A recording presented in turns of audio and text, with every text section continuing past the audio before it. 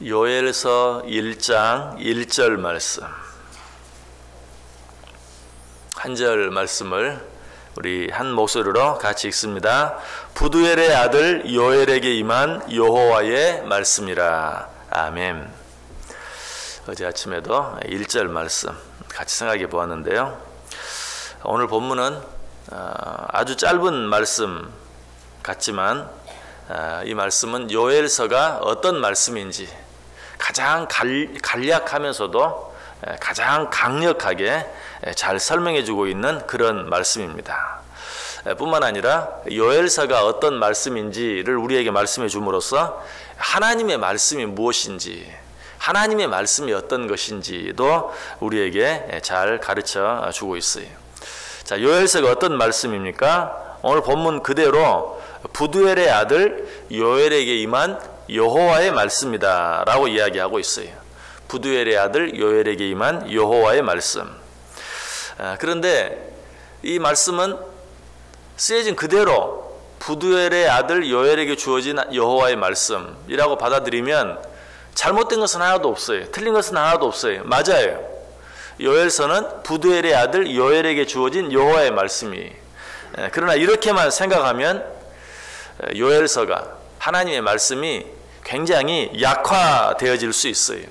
왜? 하나님이 당신의 말씀을 부두엘의 아들 요엘에게 주었다.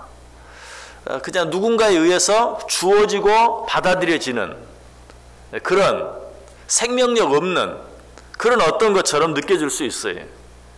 누군가에 의해서 누군가에게 주어지고 또 누군가에 의해서 받아들여지는, 주어지고 받아지는. 자, 그런데 오늘 본문 말씀을 문자 그대로 다시 한번 우리가 좀 생각해 보면 지금 요엘서 이 말씀 뿐만 아니라 하나님의 말씀 전체가 얼마나 강력한 것인가 하는 것을 좀 더 잘 느낄 수 있어요. 오늘 이 말씀에서 히브리어 문법적으로 주어가 무엇인가? 여호와의 말씀이 주어예요. 여호와의 말씀이 주어예요. 그래서 오늘 이 말씀은 여호와의 말씀이, 그리고 요엘에게 임하였다라고 말하고 있는데, 요엘에게라는 말은 문자적으로는 요엘을 향하여라는 말이. 자, 그렇다면 이 말씀의 뜻이 무엇이 됩니까? 여호와의 말씀이 요엘을 향하여 임하였다. 그냥 이 하나님의 말씀이 누군가에 의해서 주어지고 누군가에 의해서 받아지는 상당히 수동적이고 소극적인 그런 말씀이 아니라 여호와의 말씀이 부두엘의 아들 요엘을 향하여 임하였다. 좀 더 쉽게 말하면 여호와의 말씀이 부두엘의 아들 요엘을 향하여 갔다, 이런 말이. 그러면 어떻게 됩니까? 하나님의 말씀 자체가 생명력이 있는, 살아있는, 좀 더 능동적이고 적극적인 말씀인 것을 알게 돼요. 그래서 부두엘의 아들 요엘에게 여호와의 말씀이 임하였다. 여호와의 말씀이 부두엘의 아들 요엘을 향하여 갔다. 그렇습니다. 오늘 요엘서, 특별히 하나님의 말씀은 어떤 것입니까? 그 자체 안에 생명력이 있는, 그래서 그 자체로 누군가를 향하여 가고 누군가에게 임하고 누군가를 찾아가는 그런 말씀인 것을 우리에게 이야기해 주고 있어요. 이처럼 하나님의 말씀은 능동적이고 적극적인 그런 말씀이, 이 사실을 가장 잘 설명해 주고 있는 말씀이 우리가 너무나 잘 아는 히브리서 4장 12절 말씀이죠. 하나님의 말씀은 살아있고 활력이 있어 좌우의 날선 어떤 검보다도 예리하여 혼과 영과 및 관절과 골수를 찔러 쪼개기까지 하며 또 마음의 생각과 뜻을 판단한다. 하나님의 말씀은 어때요? 살아있어요. 생명력이 있어요. 그리고 활력이 있어요. 이처럼 하나님의 말씀은 적극적인 말씀이다. 자, 하나님의 말씀이 살아있다는 것, 하나님의 말씀에 생명력이 있다는 것은 뭘 말합니까? 하나님의 말씀 안에는 우리를 능히 도울 수 있는 힘이 있다는 것이, 하나님의 말씀 안에는 우리를 능히 도울 수 있는 힘이 있다. 제 아무리 강한 어떤 것이라도 죽어있는 것은 아무것도 아니에요. 죽어있는 것은 아무것도 할 수 없어요. 전도서 9장 4절에 보면 이런 말씀이 있죠. 모든 산자들 중에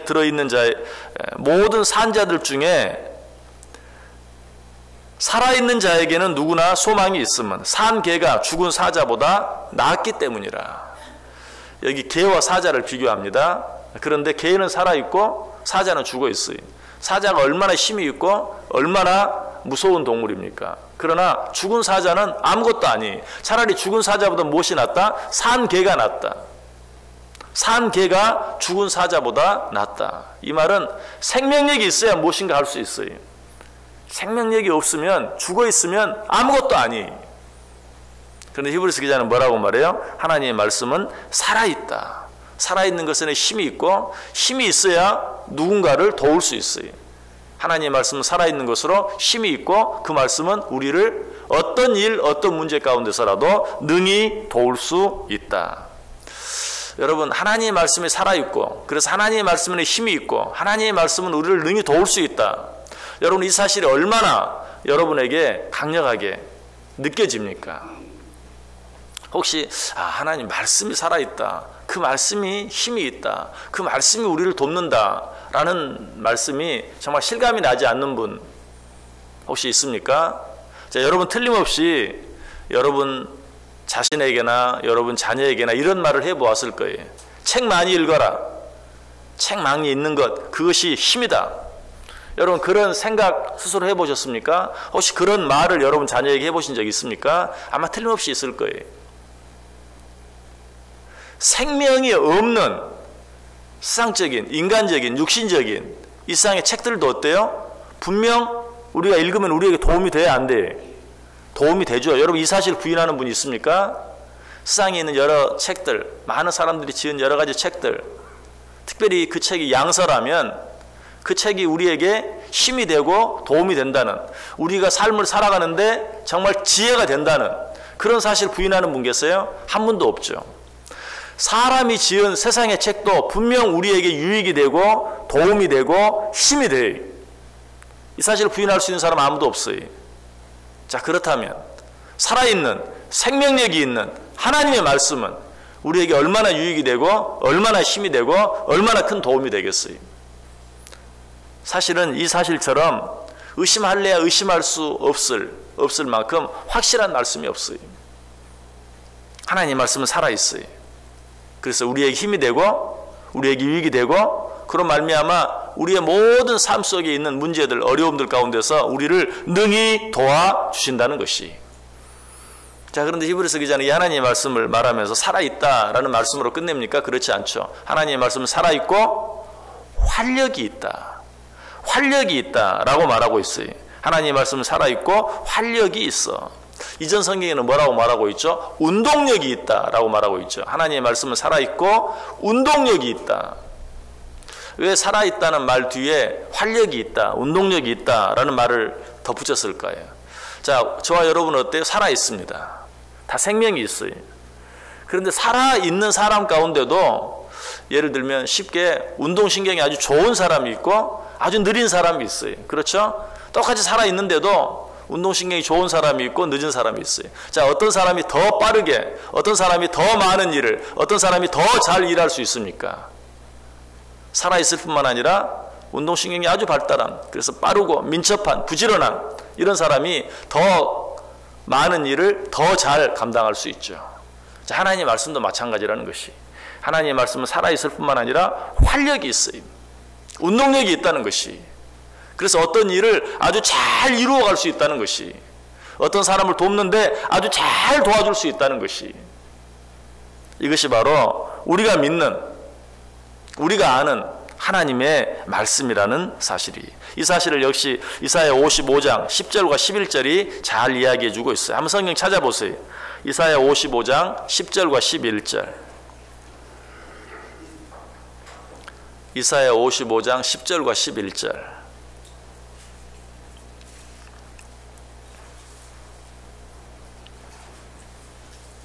이사야 55장 10절과 11절. 자, 우리 같이 한번 한 목소리로 읽어볼까요? 이는 비와 눈이 하늘로부터 내려서 그리로 되돌아가지 아니하고 땅을 적셔서 소출이 나게 하며 싹이 나게 하여 파종하는 자에게는 종자를 주며 먹는 자에게는 양식을 줌과 같이 내 입에서 나가는 말도 이와 같이 헛되이 내게로 되돌아오지 아니하고 나의 기뻐하는 뜻을 이루며 내가 보낸 일에 형통함이니라. 아멘. 하늘에서 비가 내립니다. 눈이 내립니다. 이 비와 눈이 내렸다가 그냥 아무것도 하지 아니하고 저절로 증발해서 다시 하늘로 올라갑니까? 그렇지 않죠. 한번 내린 비와 눈은 어때요? 땅을 적셔요. 그래서 그 땅 속에 묻혀있는 씨앗이 싹이 나게 해요. 줄기가 나게 해요. 잎이 나게 해요. 결국은 어때요? 열매를 맺게 해요. 꽃이 피게 해요. 그리고 나서 어떻죠? 다시 하늘로 돌아가요. 이처럼 하늘에서 내리는 비와 눈이 아무것도 하지 아니하고 저절로 그저 하늘로 다시 올라가는 것이 아닌 것처럼 내 입에서 나간 말도 절대로 아무것도 하지 아니하고 그냥 내게로 돌아오지 아니한다. 하나님의 말씀이 주어진 곳에는 어때요? 마치 씨앗에서 싹이 나고 줄기가 나고 잎이 나고 꽃이 피고 열매가 맺는 것처럼 어떤 일을 이루는 힘이 있다. 하나님의 입에서 한번 나간 말씀은 무엇인가를 바꾸어 놓고 무엇인가를 새롭게 하고 무엇인가를 더 강하게 하는 그런 일들을 이루는 힘이 있다라고 말하고 있어요. 그래서 하나님의 말씀에 활력이 있다라는 것은 그의 말씀은 어떤 일이라도 바꾸어 놓고 새롭게 할 수 있는 그러한 능력이 있다라는 것을 우리에게 말씀해 주고 있어요. 그래서 시편 기자는 시편 33편 9절에서 그가 말씀하심에 이루어졌으며 명령하심에 견고히 섰도다. 그가 말씀하실 때 이루어졌어요. 무엇인가 이루어졌어요. 그가 말씀하심에 무엇이 금방 쓰러질 것 같은 무엇이 견고해졌어요. 하나님의 말씀에는 그런 힘이 있다는 것이 실제로 성경을 보세요. 하나님께서 빛이 있으라 말씀하셨을 때 어때요? 빛이 있었어요. 주님께서 잠잠하라 했을 때 정말 모든 사람 모든 배를 다 집어삼킬 것처럼 무섭게 불어댔던 그런 바람이 어때요? 잠잠해지고 바다까지도 순종했어요. 달리다굼 하시니까 어때요? 죽은 아이가 일어났어요. 나사로야 나오너라 할 때 어때요? 죽은 지 나흘이나 되어서 썩어 냄새가 났던 나사로가 일어나서 걸어 나왔어요. 뿐만 아니라 예수께서 자기를 잡으러 온 로마 군병들을 향해서 나다! 라고 말씀하셨을 때 그 군병들이 그 자리에 쓰러졌어요. 뿐만 아니라 너희들이 잡으러 온 자는 나니 이들은 평안히 가게 하라 라고 말했을 때 아무도 예수님과 함께한 제자들에게 손을 댈 수 없었다 라고 말하고 있어요. 단지 예수님께서 뭐 했을 뿐이에요? 말씀하셨을 뿐이에요. 하나님께서 뭐 하셨을 뿐이에요? 말씀하셨을 뿐이에요. 그러나 그 말씀은 모든 것을 바꾸어 놓았어요. 모든 것들을 변화시켰어요. 모든 것들을 새롭게 했어요. 이것이 무엇입니까? 이것이 말씀의 힘이라는 것이. 믿으십니까? 이것이 말씀의 능력이다. 그래서 히브리서 기자가 뭐라고 말해요? 하나님의 말씀은 살아있고 활력이 있다라고 이야기하고 있어요. 오늘 본문도 뭐라고 말해요? 부두엘의 아들 요엘에게 임한 여호와의 말씀. 단순히 그것이 아니라 여호와의 말씀이 살아있어. 활력이 있어. 부두엘의 아들 요엘을 향하여 임하였다. 여호와의 말씀이 부두엘의 아들 요엘을 향하여 갔다.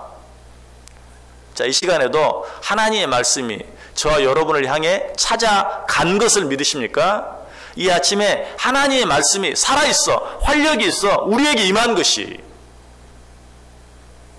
이 말씀을 붙들고 살아갈 때 우리 속에 변화가 일어나요.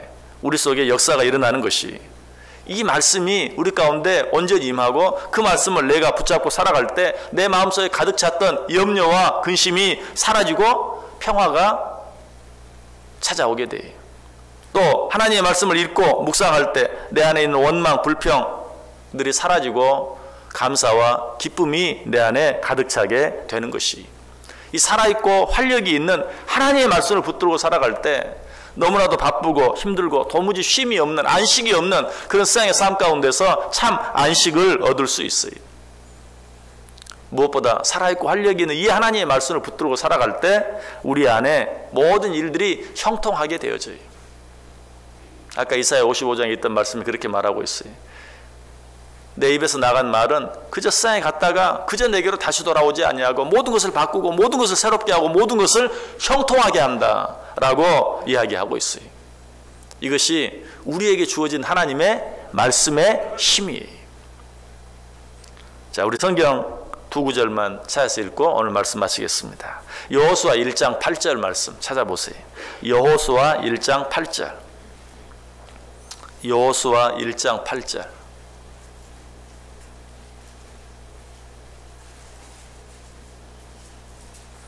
여호수아 1장 8절 말씀. 우리 다 같이 한 목소리로 읽습니다. 이 율법책을 내 입에서 떠나지 말게 하며 주야로 그것을 묵상하여 그 안에 기록된 대로 다 지켜 행하라. 그리하면 내 길이 평탄하게 될 것이며 내가 형통하리라. 하나님 말씀을 주야로 묵상하고 그 말씀 붙들고 살라. 그 말씀대로 살라. 그리하면 내 길이 평탄하게 될 것이며 내가 형통하리라. 자, 한 구절 더 봅니다. 너무나 잘 아는 말씀. 시편 1편 1절에서 3절까지 있는 말씀. 시편 1편 1절에서 3절까지. 역시 한 목소리로 같이 읽습니다. 복 있는 사람은 악인들의 꾀를 따르지 아니하며 죄인들의 길에 서지 아니하며 오만한 자들의 자리에 앉지 아니하고 오직 여호와의 율법을 즐거워하여 그의 율법을 주야로 묵상하는도다. 그는 시냇가에 심은 나무가 철을 따라 열매를 맺으며 그 잎사귀가 마르지 아니함 같으니 그가 하는 모든 일이 다 형통하리로다. 아멘. 어떤 자가 여호와의 말씀을 주야로 묵상하며 사는 자, 여호와의 율법을 즐거워하여 그의 율법을 주야로 묵상하는 자, 그런 자들에게는 어떤 일이 일어난다고요? 마치 시냇가에 심은 나무가 철을 따라 열매를 맺으며 그 잎사귀가 마르지 아니함 같다. 여러분, 오늘 하루 여러분의 삶이, 아니 여러분의 남은 삶 전체가 시냇가에 심은 나무와 같이 철을 따라 열매를 맺고 그 잎사귀가 마르지 않는 풍성한 삶, 무엇보다도 그가 하는 모든 일이 형통한 삶을 살기를 원하십니까? 어떻게 해야 돼요? 여호와의 율법을 즐거워하며 그 율법을 주야로 묵상하며 살아가는 그런 삶을 살아갈 때 그 사람의 삶이 마치 시냇가에 심은 나무가 철을 따라 열매를 맺고 잎사귀가 마르지 아니함 같이 또 그가 하는 모든 일들이 형통하게 되어질 것이다.